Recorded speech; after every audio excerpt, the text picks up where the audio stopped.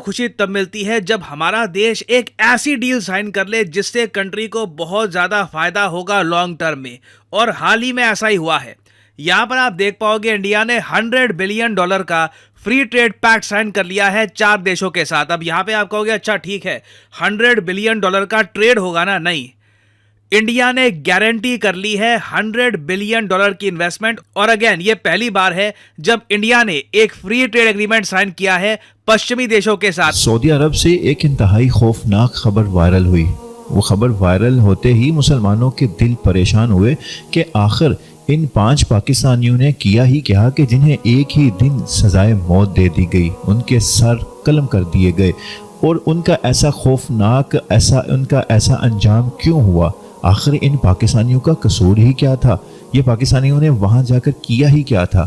یہ سارے سوالات پاکستانیوں کے ذہنوں میں آنا شروع ہو گئے۔ آ رہا ہے کہ انڈیا کی ضرورت پڑ رہی ہے، اور انڈیا ویسے بھی اکنامیکلی ہم سے بہت آگے ہے، تو انڈیا کی ضرورت کہیں نہ کہیں قطر کو ہر ٹائم پہ پڑے گی۔ اور میں آپ کو یہ آج پہلے ہی آپ کو یہ پیشگوئی کر رہا ہوں کہ یہ جو کیس ہے یہ ختم ہو جائے گا، اور جو انڈیا کے آؤٹ آفیسرز ہیں وہ واپس چلے جائیں گے اپنی کنٹری کے اندر، کیونکہ انڈیا جو ہے وہ ایک اکنامیکلی بہت سٹرونگ کنٹری ہے، اور ان کی LNG کی ڈیل چل رہی ہے قطر کے ساتھ۔ انڈیا کے جو آرمی کے آفیسرز ہیں ان میں سے کتنوں کے بچے ہیں جو کہ باہر فورن ایجوکیشن حاصل کر رہے ہیں، ان کے پاس اتنے پیسے ہی نہیں ہوتے کہ وہ فورن۔ کتنے جو ان کے آفیسرز ہیں جن کے باہر جزیرے ہیں یا باہر جزیرے ہیں؟ جنرل کیانی کا یار $3 ارب کا وہ کیا کہتے ہیں جزیرہ ہے۔ تو 5 پاکستانیوں کو بنگلہ دیشی گارڈ کو مرڈر کرنے میں ایگزیکیوٹ کر دیا گیا ہے سعودی عربیہ کے اندر، اور کہا جاتا ہے کہ 2023 میں سعودی عرب نے کوئی 170 لوگوں کو ایگزیکیوٹ کیا، لیکن کویسچن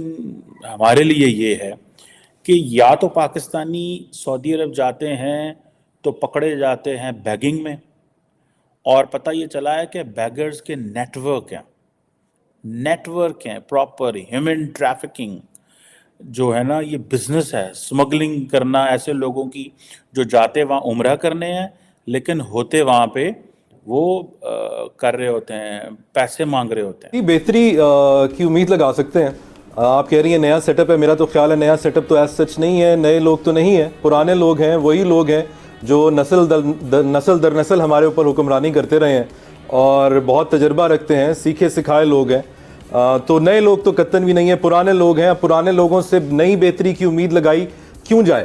انہوں نے ہر بات کو سائٹ پہ رکھ کے بائلیٹرل ہیومینیٹیرین ایڈ بھیجی نا بائلیٹرل ریلیشنز کی خاطر، تو وہی چیز پاکستان کے ساتھ کیوں نہیں ہو سکتی؟ مطلب وائی وی تھنک کہ religion is priority for India still?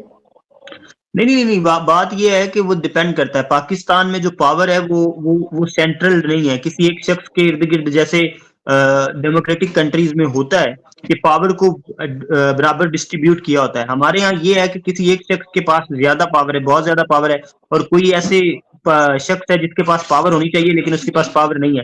تو یہ والا جو مسئلہ ہے وہ پاکستان کو کہیں نہ کہیں ہانٹ کرتا ہے۔ میں نے آپ کو پہلے بھی ہم پروگرام میں بار بار ڈسکس کرتے ہیں کہ ہم لوگ جو عام عوام ہے اور حکومت ہے وہ چاہتی بھی ہے بعض دفعہ کہ ہم معاملات صحیح رکھیں اور ہم سموتھ چلیں انڈیا کے ساتھ، لیکن کوئی نہ کوئی ایک شخص آ جاتا ہے جس کے پاس زیادہ پاور ہوتی ہے، اس کی طاقت سے بڑی، یعنی اس کی روٹین سے بڑی، جو اس کی اتھارٹی ہے اس سے بڑی اس کے پاس پاور ہوتی ہے، تو وہ پھر اس کا غلط یوز کرتا ہے، جیسے 99 میں مشرف صاحب نے کیا کارگل میں۔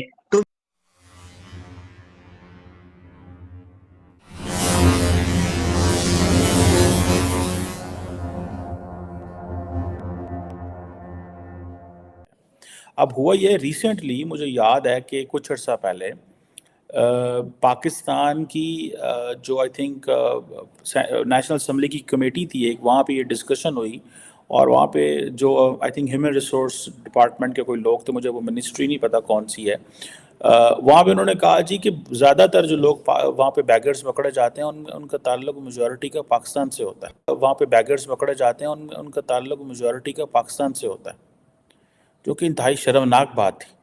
اب 5 پاکستانی جو ہیں وہ ایک بنگلہ دیشی کو مارنے میں، دیکھیں آلریڈی پاکستان کے ریپوٹیشن دنیا میں اچھی نہیں، اس سینس میں کہ پاکستانی جب باہر جاتے ہیں تو بہت سارے لوگ بہت اچھا کام کر رہے ہیں، لیکن اس طرح کی جو رپورٹس آتی ہیں، کیونکہ زیادہ تر لیبر کلاس ہے، ٹھیک ہے، تو وہ جو لیبر کلاس ہے پرٹیکولرلی ان مڈل ایسٹ کے اندر، ان کو اس طرح تو اگر کریں گے، حرکتیں کریں گے، تو کون لے گا پاکستانیوں کو، کون ٹرسٹ کرے گا؟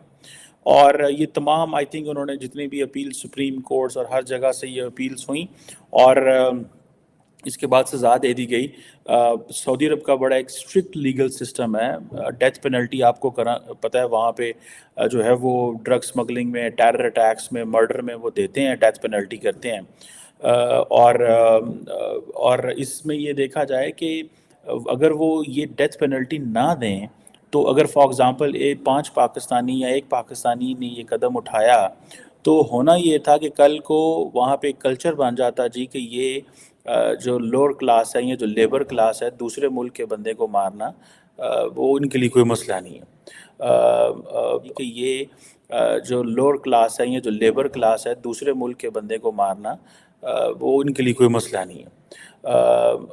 اور یہ چیزیں ان کی انسلٹ تو ہوتی ہے، پاکستانیوں کے لیے انسلٹ ہے. باقی وہ جو ملک جن بنگلہ دیش، اس کی انسلٹ ہے کہ پہلے ہی پاکستان اور بنگلہ دیش کے تعلقات اچھے نہیں ہیں، اور وہاں پہ بیٹھ کے اگر پاکستانی یہ حرکتیں کریں گے تو اس سے کوئی عزت تو نہیں کمائی جائے گی. مجھے ایسا لگتا ہے کہ جیسے یہ ہمارے حکومت جو ہے، کیونکہ سعودیز کا کام یہ ہوتا ہے کہ وہ ویزاز دے دیتے ہیں بیکاز انہوں نے عمرہ کرنے جانا ہے. آئے روز میڈیا میں یہ خبر آتی ہے جی آج 16 بندوں کا گینگ پکڑا گیا ہے، 24 بیگرز پکڑے گئے ہیں جو جی کبھی لاہور سے ٹریول کر رہے ہیں، ملتان سے ٹریول کر رہے ہیں، اور وہاں پہ جتنے بھی زیارات ہیں وہاں پہ اگر جائیں تو وہاں پہ وہ آپ کو ملیں گے، وہ لوگ ملیں گے جو پاکستانی ہیں، جو انہوں نے وہاں پہ وہ ڈریس پہنے ہوں گے، عربی ڈریس پہنے ہوں گے یا دوسرے ڈریس پہنے ہوں گے، پاکستانی ڈریس پہنے ہوں گے. کہ یہ 5 پاکستانی جن کو سزائے موت دی گئی، ان کے نام میں آپ کے سامنے لوں گا. پہلا نام ہے ارشد علی کا، دوسرا ہے عبد المجید، تیسرا خالد حسین، چوتھا عبد الغفار اور 5واں لطف اللہ. یہ 5 پاکستانی ہیں. کل ان کو مکہ المکرمہ میں سزائے موت سنا دی گئی، ان کے سر قلم کر دیے گئے. آخر ان کا جرم کیا تھا کہ انہیں اس جرم کی اتنی بھیانک سزا دی گئی؟ تو میں آپ کو ان کے جرم کی تھوڑی سی تفصیل بتاتا ہوں کہ انہوں نے مکہ المکرمہ میں ایک نجی کمپنی میں گھس کر وہاں پر چوری کی واردات کرنا چاہی. رات کا ٹائم تھا جب یہ اس نجی کمپنی میں گھسے تو وہاں کا گارڈ جاگ گیا، وہاں کا چوکیدار جاگ گیا، اس کی آنکھ کھل گئی. تو اس چوکیدار نے ان کو بھگانے کی کوشش کی تو اسی کوشش میں ایک اور چوکیدار بھی جاگ گیا. انہوں نے پھر دونوں چوکیداروں کو باندھا اور باندھ کر دونوں کو تشدد کا نشانہ بنایا. پھر جس کے ہاتھ میں جو آیا، ڈنڈے، سوٹے، مکے، جو بھی کسی کے ہاتھ میں آیا، وہ انہوں نے ان گارڈز کو مارنا شروع کر دیا. اور اللہ کا کرنا ایسا ہوا کہ ان میں سے ایک گارڈ وہ زخمی ہوا، اور اس قدر زخمی ہوا کہ وہ زخموں کی تاب نہ لاتے ہوئے وہ وہاں پر اس کی وفات ہو گئی، اس کی ڈیتھ ہو گئی. اب اگر چوری تک کی بات ہوتی تو شاید یہ پاکستانی بچ جاتے، آج جیل میں ہوتے، اپنی سزا پوری کرتے اور پھر ان کو پاکستان ڈیپورٹ کر دیا جاتا. مگر انہوں نے جب جرم کیا تو جرم کرتے ہوئے انہوں نے ایک بڑا جرم بھی اس کے اندر کر دیا. اگر آپ دیکھیں تو لوگ یہ کہتے ہیں کہ جرم کرنا چاہیں تو پھر جرم کرتے ہوئے بھی اتنا بڑا جرم نہ کریں کہ آپ جان سے ہی 2 ہاتھ دھو بیٹھے. یہ کرنے تو چوری گئے تھے، مگر چوری کے جرم کے دوران انہوں نے ایک اور دوسرا بڑا جرم کر دیا جو وہ قتل کا جرم تھا. وہ پھر اس سزا میں کل 5 پاکستانیوں کو سزائے موت دے دی گئی، ان کے سر قلم کر دیے گئے. Thank you for watching. Please subscribe, like and share and press the bell icon.